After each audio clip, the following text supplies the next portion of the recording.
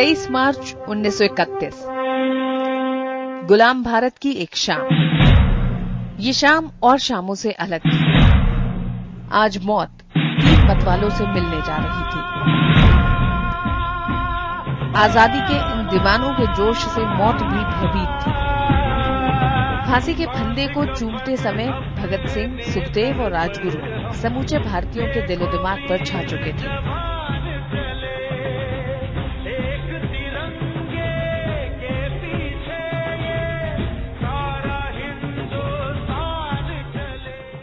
सत्ताईस सितंबर सन 1907 को पंजाब के जिला बंगा के खटकर कला गांव में भगत सिंह का जन्म हुआ था। यह वह समय था जब पंजाब में किसानों की जागृति का साल चल रहा था और पूरे पंजाब में अंग्रेजी हुकूमत के खिलाफ एक नए सिरे से आवाज उठ रही थी।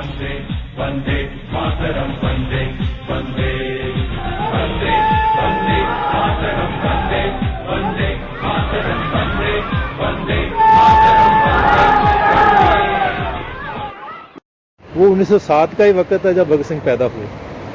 1907 में एक बहुत बड़ी तैयारी की जा रही थी कि 1857 का 50 साल मनाना है तो हम अंग्रेज को एक बड़ा धक्का देंगे। पगड़ी संभाल जटा उसका एक ऊपरा फेस था, आर्मीज में काम हुआ वो तो वो एक माहौल, इसीलिए वो भगत सिंह को जो घर में मतलब एक माहौल मिला वो उस प्रेपरेशन का था। भगत सिंह के दादा सरदार अर्जन सिंह इस आंदोलन की अगुवाई कर रहे थे। पिता किशन सिंह और चाचा अजीत सिंह और स्वर्ण सिंह इस आंदोलन में भागीदारी थे। ऐसे इनकलाबी माहौल में भगत सिंह का बचपन बीता।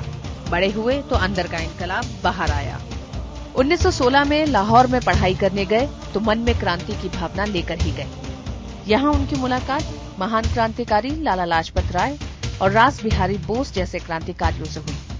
1921 में बापू ने असहयोग आंदोलन छेड़ा। भगत सिंह इस आंदोलन में शरीक हो गए। भगत सिंह गांधी जी से प्रभावित थे, लेकिन वे लड़ाई के लिए हथियार उठाने के पक्षधर थे। उन्होंने अंग्रेजी स्कूल छोड़कर लाहौर के राष्ट्रीय कॉलेज में दाखिला ले लिया। जो लड़का 14-15 साल की उम्र से नेशनलिस्ट है, फिर आहिस्ता आहिस्ता रेवोल्यूशनरी बनता है और वो पढ़ के बनता है। वो द्वारकादास की लाइब्रेरी के थ्रू किताबें मंगवाता था और पढ़ी, और उसने बहुत पढ़ी और खासकर सोशलिज्म का तो वो बहुत ही बड़ा, मैं समझता हूँ उस पीरियड में कोई भी नहीं इतना पढ़ा हुआ होगा। यहाँ उनकी मुलाकात भगवती चरण और राजगुरु जैसे इनकलाबियों से हुई। देश को स्वाधीन कराने के लिए ये लोग उत्तर प्रदेश की हिंदुस्तान रिपब्लिकन एसोसिएशन का हिस्सा बन गए। जो आदमी 16 साल की उम्र में राजनीतिक रूप से सक्रिय हो जाए, जो आदमी 16 साल की उम्र में, 17 साल की उम्र में नौजवान भारत सभा बनाकर गांव-गांव में, कस्बे में, शहर में देश की आजादी के लिए प्रचार करे, समाज के लिए प्रचार करे, उससे ज्यादा बेहतर प्रतीक युवाओं के लिए क्या हो सकता है। भगत सिंह ने क्रांति को परिभाषित किया। क्रांति के लिए रक्त संघर्ष जरूरी नहीं और न ही इसमें व्यक्तिगत प्रतिहिंसा की कोई जगह है। यह बम और पिस्तौल की संस्कृति नहीं है। क्रांति से हमारा मतलब है कि वर्तमान व्यवस्था जो जाहिर तौर पर अन्याय पर टिकी है, बदलनी चाहिए। क्रांति से हमारा प्रयोजन एक ऐसी सामाजिक व्यवस्था की स्थापना करना है जिसको इस तरह के घातक खतरों का सामना न करना पड़े, जिसमें वर्ग की प्रभुसत्ता की मान्यता दी जाए तथा एक विश्व संघ मानव जाति को पूंजीवाद के बंधन और साम्राज्यवादी युद्धों से उत्पन्न होने वाली बर्बादी और मुसीबतों से बचाए। इतिहासकारों का मानना है कि भगत सिंह वो युवा क्रांतिकारी थे जिनमें जज्बा था देश के लिए सब समर्पित करने का। लियाकत नहीं थी सिर्फ उनमें एक और चीज है जो लीडर में होनी चाहिए, कि कंप्लीट सैक्रिफाइस की कैपेसिटी। अपना एक सेकंड नहीं वो अपने लिए सोचते थे। भगत सिंह के क्रांतिकारी तेवरों ने अंग्रेजी हुकूमत की जड़ें हिला दी। भगत सिंह भारत में केवल भगत सिंह नहीं, वो 1757 से अंग्रेजों के इस देश में प्रवेश के बाद और 1857 के प्रथम स्वतंत्रता संग्राम शुरू होने के बाद 1946 के नेवी विद्रोह तक जितने भी क्रांतिकारी आंदोलन हुए, वो चाहे गदर पार्टी आंदोलन हुआ है, चाहे वो चटगांव विद्रोह हुआ है, उनका अपना भगत सिंह के अपने संगठन का हिंदुस्तान सोशलिस्ट रिपब्लिकन आर्मी का विद्रोह हुआ, उन सब के सामूहिक रूप से एक सर्वोच्च प्रतीक है। 13 अप्रैल 1919 को पंजाब के जलियांवाला बाग में रॉलेट एक्ट के खिलाफ प्रदर्शनकारियों की नृशंस हत्या ने भगत सिंह के बगावती तेवर को और तेज कर दिया।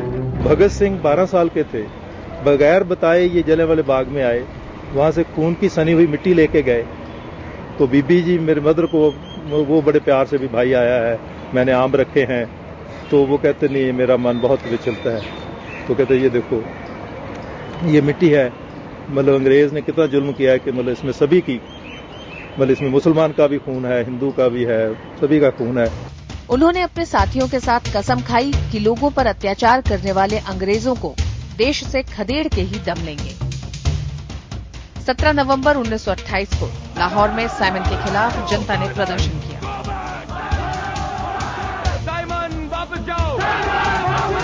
प्रदर्शनकारियों पे अंग्रेजी सरकार ने बर्बर लाठीचार्ज किया। महान स्वतंत्रता सेनानी लाला लाजपत राय इस लाठीचार्ज में मारे गए।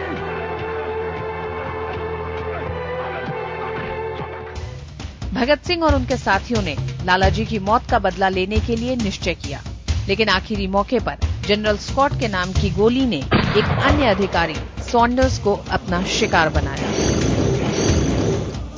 किसी खराब ऑफिशियल को मारना दो धारी तलवार है। अगर आप जरा भी गलत ऑफिशियल को मार देंगे तो ये आपके जो आप फैलाना चाहते हैं जनता में अपने व्यूज को, उसके खिलाफ जाएगा। को लाठी मार के बाद में वो मर गए थे, उसका बदला लेने के लिए उन्होंने एक पुलिस अफसर को मारा। 1928 का अंत होते होते भगत सिंह तथा उनके साथी समाजवाद को अपनी गतिविधियों के अंतिम उद्देश्य के रूप में स्वीकार कर चुके थे। वो अपने आप को नेशनलिस्ट से भी ज्यादा सोशलिस्ट रिवोल्यूशनरी मानते थे, इसीलिए 27 में उन्होंने अपना HRA का नाम HSRA रखा था। इसी दौरान सन 1929 में ब्रिटिश सरकार ट्रेडर्स डिस्प्यूट बिल को लाई। सारे देश में इसका विरोध किया गया। अंग्रेजी सरकार पर इसका कोई असर होता न देखकर भगत सिंह और उनके साथियों सुखदेव और राजगुरु ने भारतवासियों को नींद से उठाने के लिए सेंट्रल असेंबली हॉल में बम फेंककर अपना विरोध जताया।